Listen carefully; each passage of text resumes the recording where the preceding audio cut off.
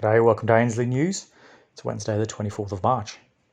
It's been 1 year since the crash and the silver lining that's there. Incredibly, it's already 1 year ago that share markets bottomed in the COVID crash. Amid all the unprecedented statistics of GDP plummeting and job losses, few would have predicted one of the fastest and strongest recoveries in share prices since. But that's what's happened.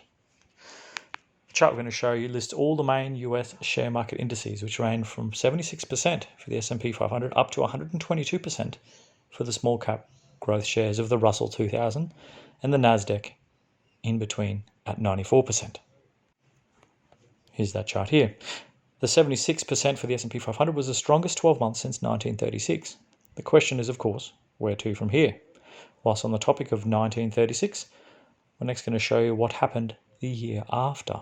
It essentially lost all of its gains the year after in an epic crash. Here's that chart there showing that. History, of course, doesn't necessarily repeat. So let's remind ourselves of what brought us to these new record highs. Chart here showing the World Central Bank balance sheet against world stocks. You might notice a slight correlation between the rebound in global shares and the pumping of an unfathomable $17 trillion of newly created cash and corresponding debt into the system. Australia's ASX 200, arguably because our central bank was late to the stimulus party, has just seen a 40% rise over the same period. On Monday, we shared No Way Out, an article outlining the dilemma these global central banks currently have. Keep printing and risk runaway inflation and an even bigger bubble, or stop printing and have a repeat or worse of 1937 at a time when fundamentals are still relatively weak. Looking closer at the hero performer of the Russell 2000, and we remind you the chart from the article showing the rather hopeful basis of current valuations this year of over 60 times price earnings. Here's that chart again here, the Russell 2000 earnings index. Trailing 12-month earnings per share. Tweeting to this new record for growth stocks, Crescat's Ottavio Costa charts and asks the obvious question that should be on everyone's lips. Here's that tweet from him. Growth stocks had their strongest year-on-year change in history. Big moves happen at either early or late stages of the business cycle.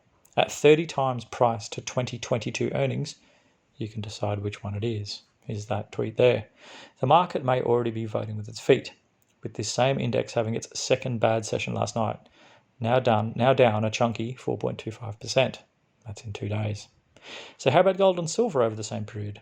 You may recall that gold sniffed out coming issues early with the Chinese outbreak and rallied hard from the beginning of the year, up 19%, before the broader market crash and liquidity squeeze saw it drop 4%.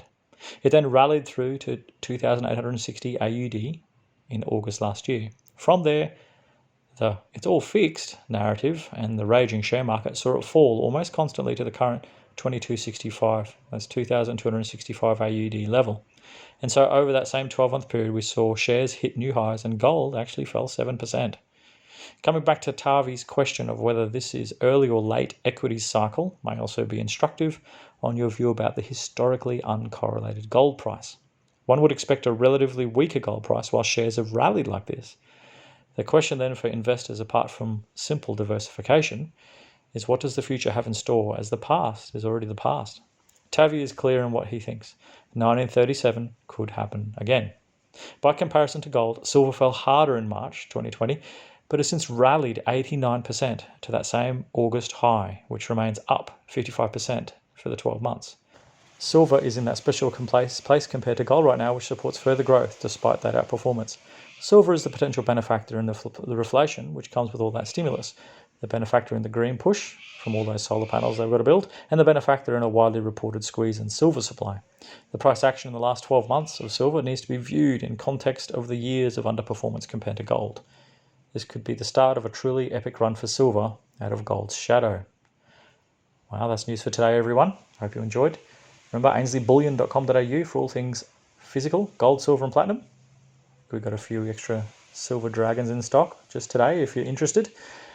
AinsleyWealth.com.au for all things cryptocurrency, and goldsilverstandard.com for our own cryptocurrency built and backed by real gold and silver. We'll catch you tomorrow for more news.